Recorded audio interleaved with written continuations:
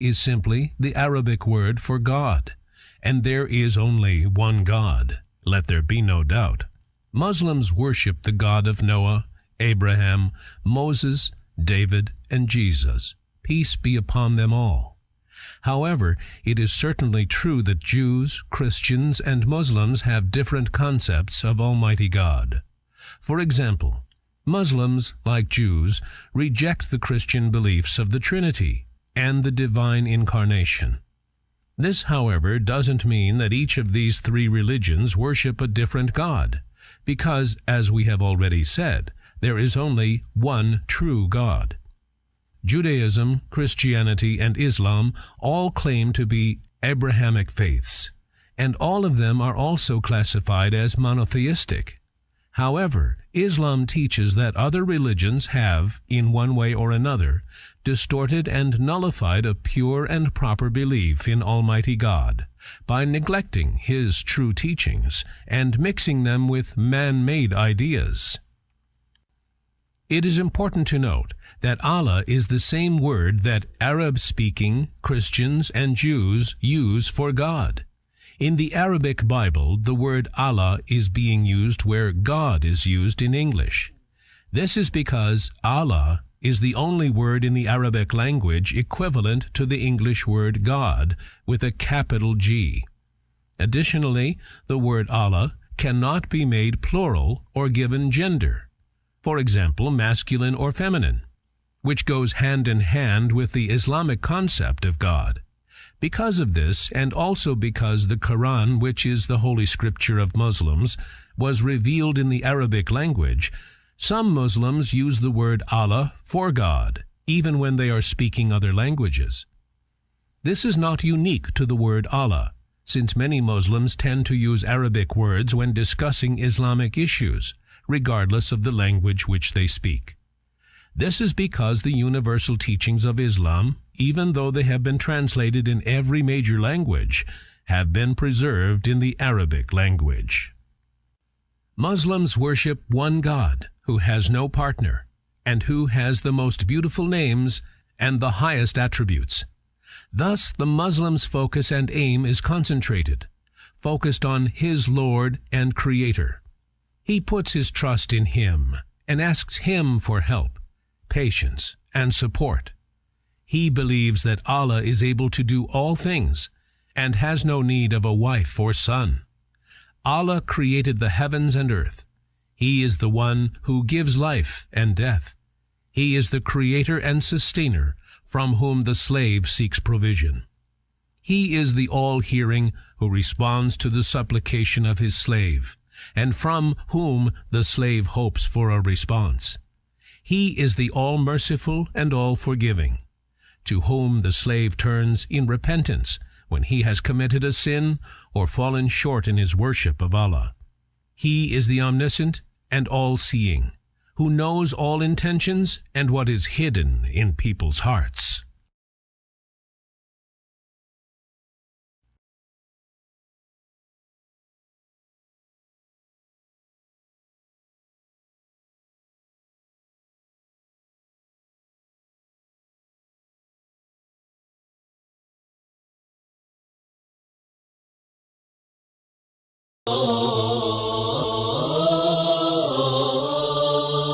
أخي المسلم، احرص على نشر هذه المادة، فالدال على الخير كفاعله. يا أيها الذين آمنوا إن تنصروا الله ينصركم ويثبت أقدامكم. Les miracles du Coran.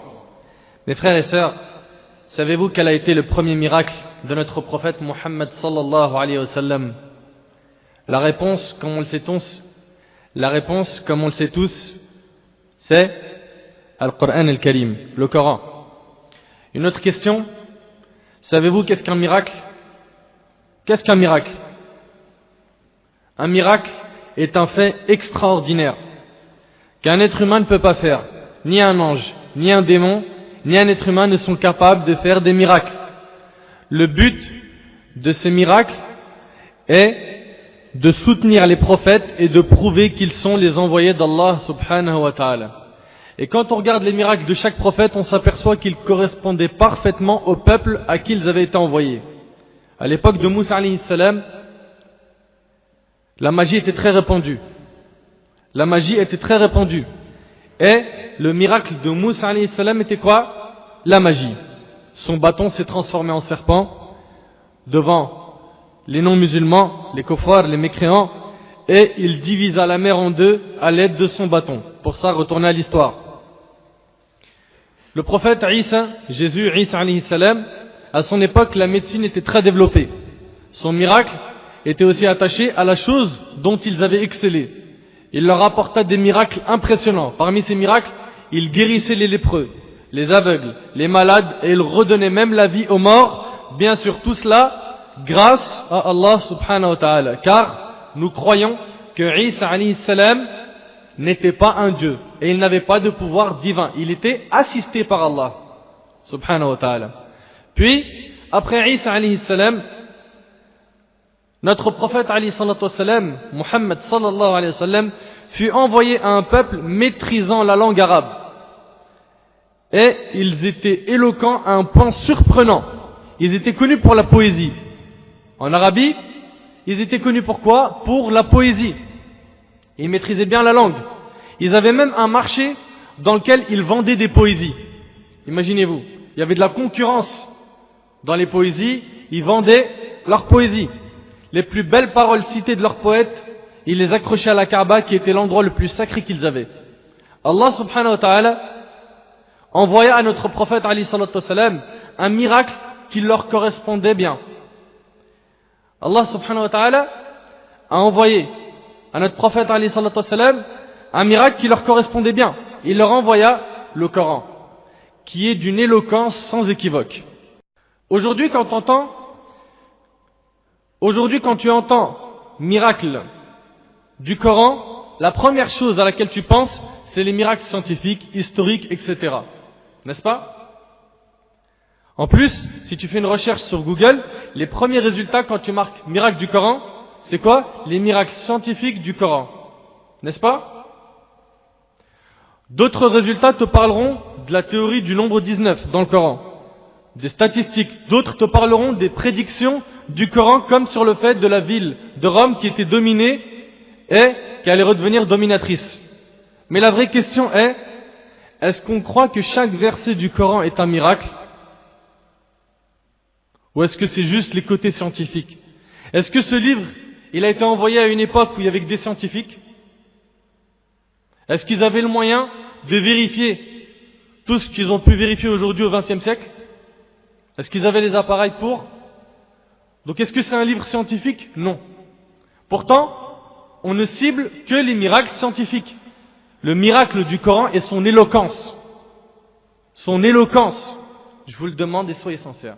Comment est-ce que le prophète alayhi salatu wa sallam, qui ne savait pas lire, qui ne savait pas écrire, aurait pu être aussi précis dans une invention telle que ces textes-là? Comment est-ce que le prophète alayhi salatu wa sallam aurait pu inventer des textes aussi précis? Comment? Lui qui ne savait pas lire et qui ne savait pas écrire. Cela prouve bien que ces paroles-là sont des paroles divines. Les humains sont incapables de choisir leurs mots avec une telle précision. Et je te parle même pas, Akhil Karim, des rimes dans le Coran. Wallah al-Azim, c'est impressionnant. Oui, mais les poètes aussi, ils font des rimes. D'accord. Mais ce qui est impressionnant, quand tu regardes dans le Coran, c'est que selon les idées, vous allez entendre un son différent. Allah subhanahu wa ta'ala, il va commencer à parler d'une chose, par exemple la création. Il va faire que les versets de la création finissent tous, par exemple. Il va faire, subhanahu wa ta'ala, que les versets de la création finissent tous par exemple, un. Et dès qu'il change de sujet, et qu'il parle d'une autre chose, on voit que ça devient, tous les versets, c'est in. Et ils ont un sens très fort. C'est pas des paroles inventées. Est-ce que tu peux nous donner des exemples? Bien sûr. Écoute avec moi. Sourate al-Mu'minun, sourate les croyants, la sourate 23, le verset 1 à 17. Allah subhanahu wa ta'ala parle d'abord de la qualité des croyants. Allah subhanahu wa ta'ala commence d'abord par exposer quoi? Les caractéristiques des croyants. Allah subhanahu wa ta'ala dit, écoutez surtout la fin des versets. قد أفلح المؤمنون. D'accord?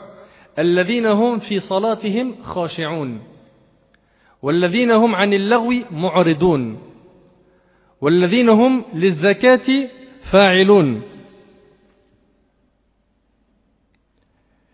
والذين هم لفروجهم حافظون إلا على أزواجهم أو ما ملكت أيمانهم فإنهم غير ملومين فمن ابتغى وراء ذلك فأولئك هم العادون والذين هم لأماناتهم وعهدهم راعون والذين هم على صلواتهم يحافظون أولئك هم الوارثون الذين يرثون الفردوس هم فيها خالدون.